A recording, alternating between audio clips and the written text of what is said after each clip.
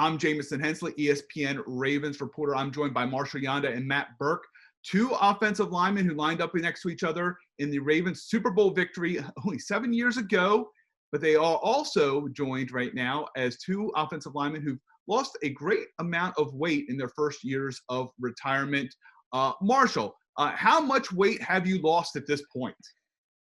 So right before the playoff game, I weighed in the Saturday before at 312, and I'm about 245 right now, right around there, 245. Wow. And Matt, how drastic was your weight loss as well that first year? About the same, pretty much the same. Maybe got down a little bit lower than 240. I actually got into 220s, but that was only for about 5 minutes, and then back up the 240 range. I'm pretty comfortable there. Yeah. Now, Marshal, you saw Matt do it right after the Super Bowl season. How much of a trendsetter was he for you, and maybe a little inspiration for you as well? Well, I remember seeing a picture of Matt, and he had the spray tan and the abs and all that stuff like it. But there's no way I'm going to be like that. But I was definitely motivated by Matt, and motivated by the guys that lost the weight and got it off fast. But, just been excited for a long time to lose that weight. Now with Matt, I mean, when players see you lose, and you were one kind of, I believe, one of the first offensive linemen to lose that amount of weight. Did a lot of other players maybe reach out to you and ask advice from you? A few did, and it's funny. Like it really wasn't that hard for me, and maybe Marshal's the same way. But I'm just not built to be 300 pounds naturally. I mean, I really had to work at it to keep that weight on. And so when I was done playing, I was kind of excited to go to a more natural weight for my body. And it really, I appreciate anybody gives me credit, but it's not all that much credit. It was actually pretty easy because this is just more of a natural weight for me.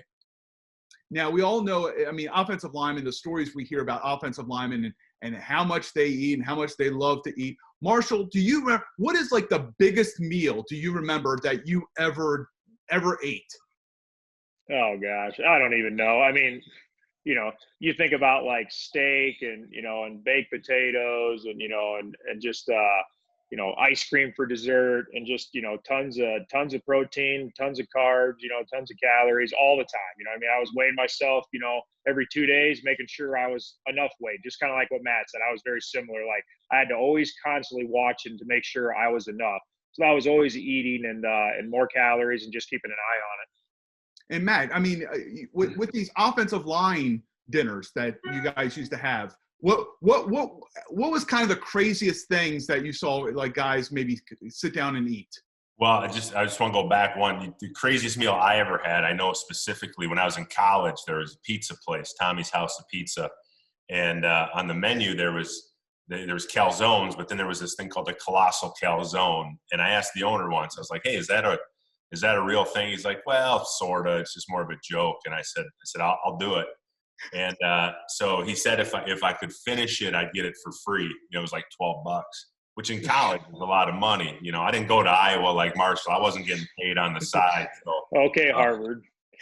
So I actually ate dinner at the dining hall at about 6, and then went over to Tommy's at about 8:30. And it's a large pizza. It was folded over. There was 4 chicken breasts and a pound of cheese inside. Okay. And ate the whole thing because I didn't have any money. So confident I didn't bring my wallet.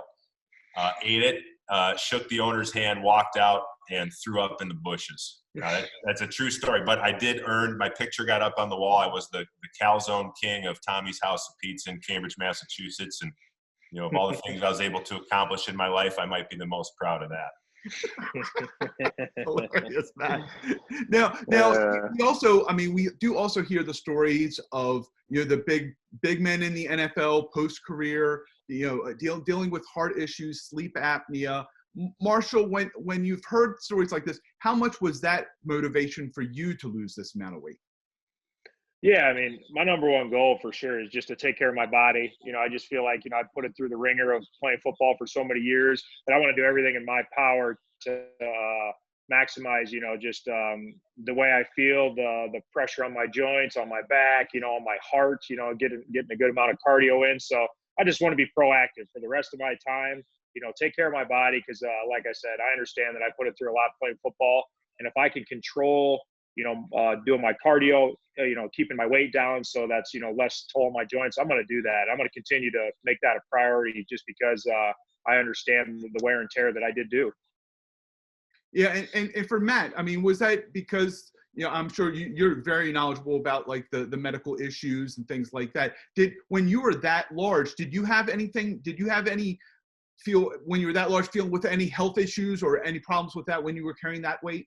No, not really. I mean, you're in your teens and 20s and 30s. I mean, hey, it's fun to eat a lot and lift heavy weights and try to get, big and strong. But when I retired, I had little kids. I still have little kids. I think my motivation was, one, it'd be fun to just not have a 44-inch waist anymore. Actually, maybe buy some clothes that, might actually look kind of good on me. And then just be active. Kids keep you moving, and I want to be out there playing catch and running around with them. I don't want to be having to sit on the lawn chair on the side and just watch them. So that was really my motivation. Yeah, and Marshall, what would be kind of your best advice if an offensive lineman who's also thinking about retiring even next year? What would be your best advice for them to lose this weight? Yeah, you got to have a plan. I just feel like, you take it one day at a time and you have a plan and you have goals and you just, you go down that road. And I just feel like, football players, at least me, personally, are, routine, habit, put the work in every single day. And, I got some advice from guys and got a plan going and just started on it. I started immediately getting after it. But like I said, you got to have a plan, you got to have goals, and you got to want to do it. Like, I wanted to do this. This was a priority for me. So I would say those things. And Matt, we see the weight equipment behind you. What's the difference between lifting weights Look at that thing. at 300 pounds compared to the weight you are now? Well, obviously the numbers are a lot less, and sometimes it's a little bit. It's kind of hard sometimes, especially at first, just to kind of swallow that pill, because you've been programmed for 20 years to every time you go in that weight room put on as much weight as you can, and your mindset is, I have to do it. It's a different kind of lifting now. It's more movement and full range of motion and high reps and all that. But at the end of the day, if anybody were to ask me advice to lose weight, I think it's 80% diet.